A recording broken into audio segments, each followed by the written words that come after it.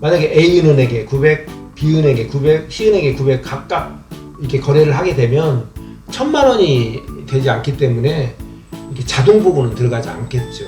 그런데 만약에 이제 세무조사가 뭐 착수가 되거나 그랬을 때 이런 것들이 다 이제 기록에 남아서 안녕하십니까? 어느덧 또 설날이 다가왔네요. 근데 설날 지나면 또 입학 시즌이 올 거고요. 그래서 설날이라고 입학한다고 해서 현금 인출해서 줬다가는 세금 폭탄 맞습니다. 이 내용을 주제로 대화를 나눠볼까 합니다. 계좌이체는 이체 내역 기록이 남으니까 세금 당국에 걸리지만 현금으로 인출해서 주면 괜찮지 않을까? 이렇게 생각하시는 분들이 계시거든요. 뭐 결론적으로 말씀을 드리면 기록이 남지 않을 수 없습니다. 뭐 현금도 계좌에서 나가는 거지 않습니까? 그러다 보니까 현금의 시발점은 계좌가 될 것이고 계좌 잔액이 현금으로 인출되면 인출 기록이 남게 되겠죠. 뭐 현금이 됐든 뭐가 됐든 합법적으로 무상증여가 가능한 금액에 대해서 확인해 볼게요. 배우자는 6억까지 가능하고 성년 자녀는 5천만 원, 미성년 자녀는 2천만 원, 기타 형제 자매 며느리 사이는 1000만 원까지 10년 동안 이 금액 범위 내에서 증여를 해주면 세금을 안 내도 되겠죠. 자, 그런데 이제 성년 자녀를 1억 5천을 증여를 해줬다. 그러면 아까 말씀드린 대로 성년 자녀는 공제가 5천만 원이 되니까 1억 5천에서 5천을 빼면 과세 표준, 세금을 부과하는 표준은 1억이 될 것이고 1억에 대한 세율은 10%거든요. 그래서 산출세금 1000만 원인데 자진세금 신고를 하게 되면 3%를 추가 공제를 해주거든요. 그래서 1000만 원에 대한 3%인 30만 원을 추가 공제를 받아서 증여세는 970만 원이 되겠습니다. 금액을 좀 더 올려볼게요. 증여를 만약에 5억 5천을 하셨다. 그러면 아까 똑같이 공제는 5천만 원이 될 것이고 5억 5천에서 5천을 빼니까 과세 표준은 5억이 되고 5억에 대한 세율은 20%입니다. 그래서 만약에 뭐 훨씬 더 크게 되는 경우는 뭐 심지어는 세율이 50%까지 적용되는 경우도 있거든요. 그래서 5억에 대한 세율은 20%고 그러다 보니까 산출세금 1억이 나오는데 과세 표준이 5억인 경우에는 누진공제를 1000만 원을 해줍니다. 그래서 1000만 원을 빼니까 산출세금 9천만 원이 되고 이 9천만 원에 대한 세 공제를 또 3%를 추가를 해주면 3927 해서 270만 원을 추가 공제해서 총 증여세는 8,730만 원이 되죠. 자, 이러다 보니까 이 증여세가 만만치 않지 않습니까? 그러다 보니까 부모님들이 현금을 인출을 해서 자녀에게 무통장 입금을 해주고 그걸 가지고 이제 자녀들은 부동산 투자를 한다거나 또 자녀들이 주택급을 할 때 잔금대출을 받지 않습니까? 그래서 잔금대출을 받으면 부모님들이 또 현금 인출을 해서 자녀가 대출 상환을 할 수 있도록 도와주겠죠.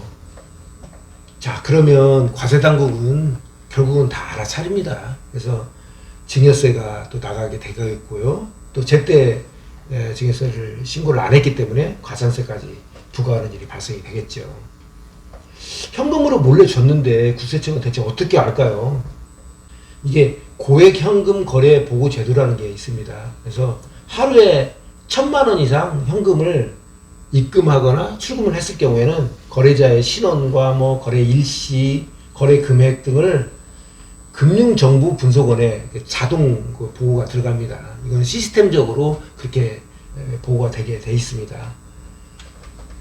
이 금융정보분석원은 금융위원회 소속이거든요. 그래서 금융기관에서 자금 세탁 관련이라든가 이렇게 의심거래가 보고가 들어오면 그 정보를 수집해가지고 분석해서 집행기관인 국세청에 제공을 하는 국가기관이 됩니다. 1000만 원 이상 현금으로 입출금을 하면 왜 보고가 들어갈까요? 뭐 당연히 탈세 방지, 그 다음에 최근에 또 많이 횡행하고 있는 보이스피싱을 방지하고자 하겠죠.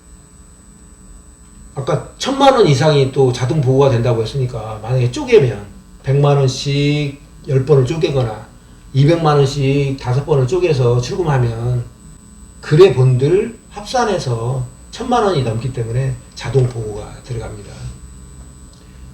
자, 그러면 어떤 과정을 통해서 이게 보고가 들어갈까요? 내가 1000만 원을 출금을 했습니다. 그러면 아까 말씀드린 대로 금융위원회, 금융정보분석원에 자동 보고가 들어가고, 이 금융정보분석원에서 의심거래가 예상이 되면 또 국세청에 또 보고를 합니다. 그래서 모든 거래가 다 보고되는 건 아니고 의심거래만 보고를 하게 되어 있습니다. 자, 그렇다면 900만 원씩 서로 다른 은행에서 여러 번 거래하면 어떻게 될까요? 만약에 A은행에 900, B은행에 900, C은행에 900 각각 이렇게 거래를 하게 되면 1000만 원이 되지 않기 때문에 이렇게 자동 보고는 들어가지 않겠죠. 그런데 만약에 이제 세무조사가 뭐 착수가 되거나 그랬을 때 이런 것들이 다 이제 기록에 남아서 증여 대상으로 과세가 되겠죠. 가산세까지 포함이 돼서요. 만약에 같은 은행에서 하루에 900만 원씩 여러 번 거래하게 되면 어떻게 될까요?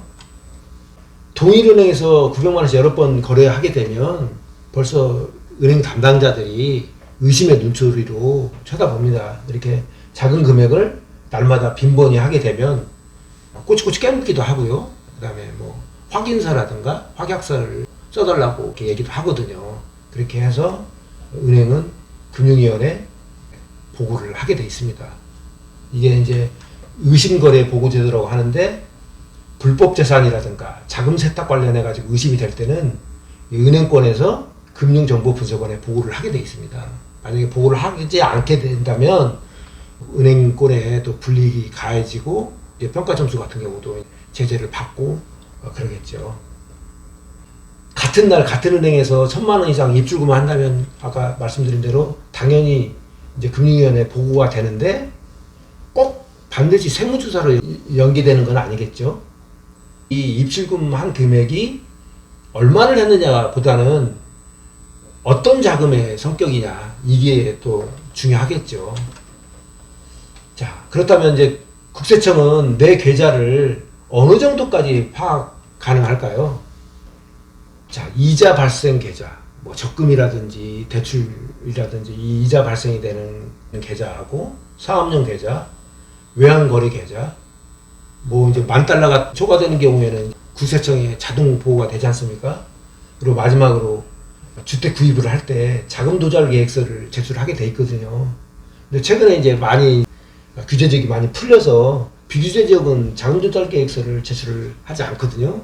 단 비규제적이라 하더라도 주택 구입하는 주택이 6억을 초과하게 되면 그런 경우는 자금 조달 계획서를 제출을 하게 돼 있습니다. 그리고 이제 강남 3구나 용산구처럼 아직도 규제적으로 잡혀있는 투기과열 지역은 증빙 서류까지 제출을 하게 돼 있습니다. 그래서 웬만한 정보는 국세청이 다 알고 있다고 생각하시면 될 것 같습니다. 현금으로 인출해서 자녀에게 줘서 대출금을 갚으면 국세청은 또 어떻게 할까요? 자, 현금 출금이라고 대출 상환이 이렇게 서로 비교를 하겠죠. 비교를 해서 증여 여부를 판단을 합니다. 만약에 이제 다른 곳에 사용했다면은 뭐 증여가 아니었다는 것을 소명하면 되겠죠. 그리고 이제 부모가 자녀에게 준 축의금도 증여 대상이 되겠느냐? 사회통념상 인정되는 금액은 증여로 보지 않습니다. 판례를 보게 되면 할아버지가 외손자한테 결혼 축하금으로 송금한 400만 원, 이거는 사회통념상 인정되는 금액이거든요. 그래서 이거는 비과세를 적용받습니다. 그런데 부모에게 들어온 축의금을 자녀에게 주면 증여가 될까요? 당연히 부모에게 들어온 축의금은 부모의 재산이지 않습니까? 그러다 보니까 자녀에게 주면 증여 대상이 될 수 있습니다. 마지막으로 할아버지가 입학금 정도의 세뱃돈을 줬다, 손자나 손녀에게, 그러면 증여 대상이 될까요? 이게 사회통념상 피부양자의 생활비, 뭐 교육비 등은 증여 과세 대상이 되지 않습니다. 이게 만약에 부모가 줬다면 문제가 안 되는데 이 할아버지는 혼자 소년의 부양자가 아니거든요. 그러다 보니까 증여로 볼 수가 있습니다. 자, 오늘 준비한 내용은 여기까지고요. 다음에 또 알찬 내용을 가지고 또 찾아뵙도록 하겠습니다. 감사합니다.